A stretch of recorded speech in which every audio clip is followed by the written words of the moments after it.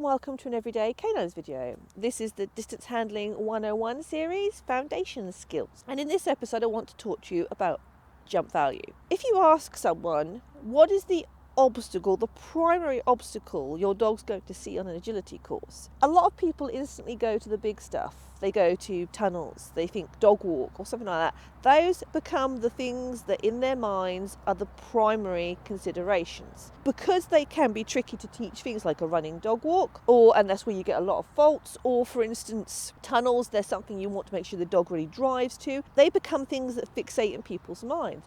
But the primary obstacle, the obstacle that your dog will see more of than anything else throughout its agility career, is a jump. When we don't pay enough heed to jumps, whether it means commitment to them, value for them, how to go over them correctly without taking poles, how to turn over them, and all the various skills, when we neglect that because we go to the obstacles that tend to naturally draw our attention, such as running contacts and weaves, we forget that this is the primary thing that the dog is going to do. This is what is the number one thing that agility is about, is doing a jump. It's the thing that generally they will always start on and always finish on.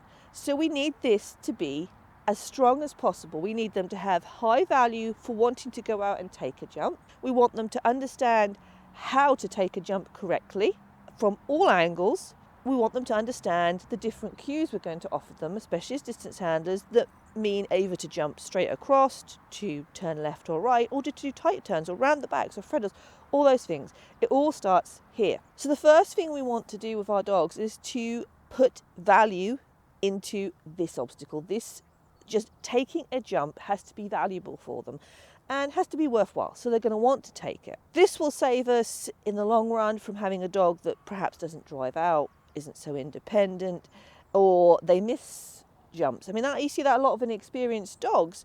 They run past a jump, under a jump if they're a big dog, rather than take it. Why is that? Because they haven't got value for taking the jump. They perhaps don't fully understand how to take the jump. And so though the handler thinks that that dog is capable of all these skills, they are in actual fact probably lacking somewhere, their understanding. And as the dog gets more experience, that tends to come naturally, but we can build that up to begin with. Now, as distance handlers, we need to be able to know that our dog will go out and take a jump without us being anywhere near them, because we need them to get on and do their job. So again, this is a hugely valuable exercise, valuable for everybody, but especially for distance handlers. So how are we going to begin? So we can do this exercise with a puppy getting on from about 6 months onwards, depending on the breed of puppy, of course. If you've got a large breed, you might want to wait a little bit longer, 8-9 months. However, this exercise is low impact. We're not asking the dog to do any form of jumping. We are asking them purely to have value for going through a pair of wings and to understand that this is an item that is valuable to them and that is going to earn them a reward. So I want to talk to you a bit about how I've got this set up, because in the past I once mentioned when I was doing Magpie, I didn't do this with her because I said I was concerned about the fact that if I just had her running straight through wings, she wasn't actually understanding the premise that eventually she's got to jump through wings. I still hold to that, so I did hoops with her for this instead. And I like that idea, and I still did. I did hoops with Wagtail when I began. He was fab at those. However, after considering this, I realised that what I can do is I can put the puppy bump here. Now, a puppy bump is, you can buy these on the internet as literally puppy bumps, jump bumps, whatever you want to call them. This is actually just a piece of guttering bought at the DIY shop and cut down to a size. It isn't the full width of a jump because it was one length and cut in half, so I ended up with 2. So it isn't the full size, but obviously you could do a full size. But this is just, I'm not even sure how long that is, because my jump poles themselves, I believe, are 1.5 metres, so that is under that. But I have this down on the ground between the 2 wings in the middle. Why have I got this here? Well, as you can see, because Wagtail just kindly demonstrated, it gives the dog something they've got to go over. They're not going to jump over it, unless they're a very, very small puppy, like a Chihuahua or something. They're not going to jump over it because they don't need to. But it just gives them the idea that something happens here. They're not just running straight through. They are actually going to have to do something here. So they've got to consider what they're doing. Puppy bumps, they call them this because we use them a lot for proprioception work, when we're getting the dog used to lifting their feet up. We use them also when you're doing jump grids early on, so that the dog has something to go over. Rather than just run through. And I think this is a nice compromise between the idea of you want something low impact to start off with, so the dog's not worrying about jumping, you're not worrying about poles getting knocked or anything like this. And of course, if you're working with a younger dog, that's not going to cause them any impact on shoulders or joints, but you're not doing it so that you've got a complete empty space the dog just learns to run through. Because when a dog just learns to run through, especially if you do that a lot, that becomes a behaviour that fixates. And if they're just constantly running through, then you start adding in a jump pole, this is a completely different behaviour. So this is almost a mimic of that. They can't just run straight across, they do actually have to lift their feet up. They're not going to actually jump, but they've got to think to themselves there's a stride here. So that's all important, and then when we move on to actually putting height in, that's going to help with that. In fact, Wagtail has been one of the easiest dogs I've had to start adding a little bit of height to. I think because he's had this natural idea that you take a stride and you have to stretch a little bit over there, so just adding in a little bit of height has been really easy for him. So that's the setup. You've got two wings, you've got the puppy pump in the middle of it, and that's where we're going to begin. So now on to the next step, how we're going to start working on some jump value. A quick word about verbals for this. So we had our previous video, which hopefully you've watched, which is all about the timing of verbal cues. So when we're doing this, you can use a clicker to mark the behaviour you want, which is going over this bump, like that. Thank you, Wags. Or you can use a marker word. I use yes or nice, good. In fact, I have several. They all mean the same thing, but usually it's yes. The key is when you say yes. So you want to say yes as they're going over that bump. When I've done this with people, what I see is a lot of the time they don't say yes until the dog has done the behaviour and the dog's over there. Now that usually the dog is then sniffing up the reward. So what is happening is you're saying yes, but the dog's actually, what you're marking is the fact they've sniffed up the reward or picked it up. You're not actually marking this.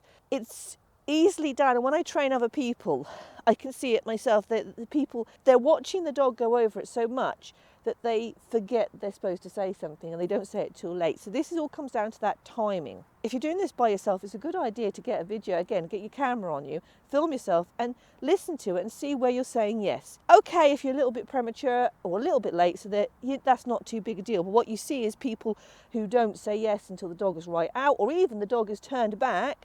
When we get to the exercise, you'll see what I mean. Or people who forget to say it altogether. So, okay, you are rewarding, you're still achieving something, but you really want to mark this with your word. If you don't have a reward marker word, which is good, yes, nice, most people come across them naturally. I have to say, I don't train one specifically. What happens is whenever I'm training my dogs to do something and they do something I like, I go, yes, and I reward. So I've got my puppy out and they're doing a beautiful sit in front of me. I say sit and they go, yes, reward. That then naturally becomes a marker word that means, yes, you did well, without me actually training it as such. I didn't particularly have a marker word when I started this with Wagtail, but I just simply said yes when he was going over, and very quickly the dogs pick up on that very quickly, that yes means something good happened, you're going to get reward. Same as, so even like with a clicker, you do tend to prime a clicker, but I find it even easier with the marker word. You just do it naturally, you put it in, and your dogs pick that one up. Okay, we're going to have food treats for this one. I've got some nice sausage, and it's cut up relatively small, and it's going to be throwable. So I'm going to divide it between my two hands. You're going to see, because obviously Wags has done this a fair bit, he knows his job. So you're going to see he quickly understands that if I go back and forth over this jump, I'm going to get a reward. What we want to see as we're building this up, the point of this exercise, is a dog that naturally veers out to the jump and chooses to go across it backwards and forth automatically to show that they've got value for that jump and that they know that that will be a reward. That's what we want to see. Obviously, when you start out, you're not going to have that, but it comes very quickly. Even for dogs, that have never done anything like this before, shaping-wise, it comes very quickly. It's a very natural exercise. So what we want to do is, Wags, when we're starting, we're going to show the dog we've got food in the hands. What's this? What's this? Now, when Wags started this, he was very much a dog that fixated on hands, because we'd done a lot of that as a puppy. You do your sits and that. So to get him to actually move was difficult. And I moved slightly in the direction of that jump, and then I just threw over the jump. so to land there. So that he went, oh, there's something there, and he went and got it. And to be honest with you, he was rubbish first off. I had to go show him where it landed. But very quickly we built this up. Are you ready? Ready? So I'm going to be here. Ready, ready? You can see I'm slightly turned away from the jump, and I'm going to turn with him. I'm adding a little bit of motion, which enables him to have that connection and motion to make him move a little. Most dogs will react to that motion. Okay, ready? So, and that's how I did first off. Good boy, come here. Now you can see he knows the idea because he's done it. But the first time you do that, your puppy's going to go one way and then stop. So what we're going to do then is once they've gone that and got their reward and they look at you, we're going to set them up on this side. Ready? Ready? And we're going to turn. Yes, good boy. Get it. You missed it. It's there, find it. What tends to happen when you're first starting out is the dog doesn't actually know it's got to go over there. They might put a foot towards it. Supposing your puppies come across it once, you've rewarded, and they turn round, but they don't actually go across it. You can reset them as I just showed you, but you can also just throw the treat back over the other side to encourage them to go back and forth. It's like he's doing. This way you're getting them, you can even just mark any sort of movement in that direction with a yes. This way what you're achieving is you're teaching the dog to seek out that middle bit of the jump and get over it. That's shaping for you. And then once you're building this up, then all you've got to do is you're ping-ponging the dog back and forth across. They build up the idea, I go back and forth, back and forth. This is not encouraging back jumping, by the way, because we are not going to tell them a specific cue. We're just shaping value for this jump. It's not a case of they're going to do this on a competition. You know, this is just an exercise for building value for this. Okay, you ready? I'm going to start them again. And because I've got to remember to say my yes. Ready, ready. Yes. Now he should turn back. Yes. Yes. Now I'm throwing out. That's important. Yes. Yes. Yes. This is a nice warm-up game as well when you're starting before you do any other exercises. Good boy. So you can see the foundations for this skill and how easy it is to build it up. So let's talk about finessing it a little bit. What do we want to see? So there's a couple of things mechanics-wise that we want to see from the handler. First of all, where able, we want to see the handler to be throwing the treats with the arm that the dog is going out towards. So you see I'm here. Sit. This throws people a lot. Sit. Most people have a good throwing arm and a not so good throwing arm. So what I actually want to do, Waggatines, come here. Wait. Is I want to throw with the hand that's going away from the dog. So if the dog is heading right, you throw with the right hand. If the dog is heading left, you're throwing with the left hand. Why is this? If I throw across my body, the dog is more tempted to follow the hand and see where it is. This then causes a dog that starts to look at the handler more as you're completing the exercise, and then you've got a dog that's constantly looking at you. You don't want a dog that's constantly looking at you when you're going around an agility course. What you want is the dog to be looking where the reward's going to be. So that's why, watching again and show you, it's always with the hand opposite. Okay, you ready? Ready? Go on then. That was, what the heck was that? Yes. He says, well, I wasn't getting a reward. Yes. For what you were doing. Yes. Yes. So you see my hands? Yes. Now, other bit of mechanics. Once they get the idea, yes. I don't throw the reward. Yes, good boy. Come here. Come here. Until they are going over the bump. So I'm just going to move this so we stop the behaviour, because else Wags will just keep doing that. I'm throwing after he's already, so to begin with, you're going to perhaps throw just before they go over that jump. It's a little bit like luring to encourage them. Very rapidly you want to move on so the dog is doing the obstacle, well not the obstacle, the bump before you throw. This is when the timing becomes important, because you don't want to leave it so long that the dog gets here and you haven't thrown. That's when you get the dog looking back. What you want to do is the dog is committed to taking this bump, so they're about here, then you throw. The reasons for this is this keeps your dog facing forward, but you're not luring it. The dog isn't dependent on the reward being thrown out there first before to do this. So it is about careful timing. So if you've thrown the reward too soon, the dog is then going to be dependent on the reward, and it's going to wait and see you throw the reward before it does the obstacle. If you throw too late, the dog will do the obstacle, but then they'll stop and look round. And you then lose a bit of momentum and flow, and also you're teaching your dog to look at you. So while the yes marker is marking the fact this is the behaviour I want, the reward is obviously emphasising that, and the placement of the reward is again very, very important on this. Another thing to bear in mind is we're not yet putting in a cue. We're not saying my cue would be jump or go. Not saying that. We are purely just shaping this. At this stage, we're not offering them a verbal on it because we just want them to have value for going back and forth, choosing to do this. We're not telling them to do it, they're choosing to do this. And this is why it's so important. They're choosing the fact that a jump is highly valuable and earns me a reward.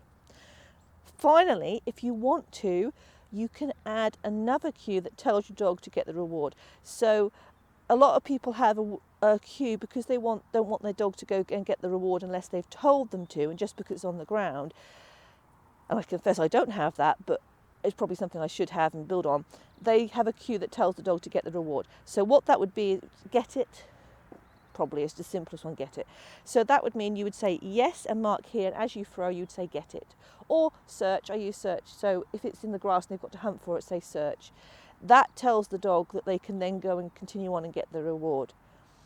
But again, you can get away with not having that. It depends, there's some exercises where it's good to have an ability to know that your dog isn't going to go run out and get a reward if they haven't done the exercise correctly. They'll only get it if you actually tell them to. But at this stage with puppies, you can get away with just the yes and throwing the reward out. Be aware it does mean you're teaching your dog to go get stuff that has just been thrown on the floor. Okay, so that is your fundamentals for this. How many times would you do a repetition on this? I would say when you're doing it first off, this is an easy exercise, so most dogs will do this all day long. But obviously you don't want to do that. 6 to 10 works out really nice. So I think when I started with Wags, I think I did about, because he was a little bit unsure, we probably did a couple, then we would have a break. A couple each side has been says 4 total. Have a break, and then we perhaps do a few more. Now what I tend to do is that we usually end up, then I went to 10 because I wanted to build the value. So it was 5 each side. And then nowadays I probably go for about 4 to 6, just as a warm-up before we do some other exercise to remind them what jump value is. We're not using any height at this moment in time, and you're going to be right on the wing. If I demonstrate where I stood, just to remind you, I am right here, okay? So I'm here, and then I'm turning. I am creating a barrier that prevents him from going between me and this jump at this stage. We're taking out one possibility for failure. Still possible for him to go around that side. If you had a dog that was doing that regularly, for a start, you need to look at why they're doing it regularly and why haven't they got value for doing this. Is there something that's happening? Are you not rewarding appropriately using your marker cue? But you could also put this up against a fence. So I did have this originally, it was up a corner, up a fence, just because it was. That does then prevent them going too far out, if that is an issue. He's half border collie, so he can be a little bit for flankings. But I'm here to prevent him slicing in. That's far more common than actually going all the way around. We'll build on that as we go along, but this is your foundation stage. Have fun playing with this. Build up value. What you want to see is a dog that just comes there, he sees the jump, and he instantly starts running backwards and forwards across it. Then you know you've got value for your jump, and that's a great starting place for all the future exercises. I hope you've enjoyed this Everyday Canines video, and if you have, you might subscribe to the YouTube channel. You can click on the notifications icon to know when new videos are coming out, and you can also find us on Facebook and our website. And I hope to see you all again very, very soon.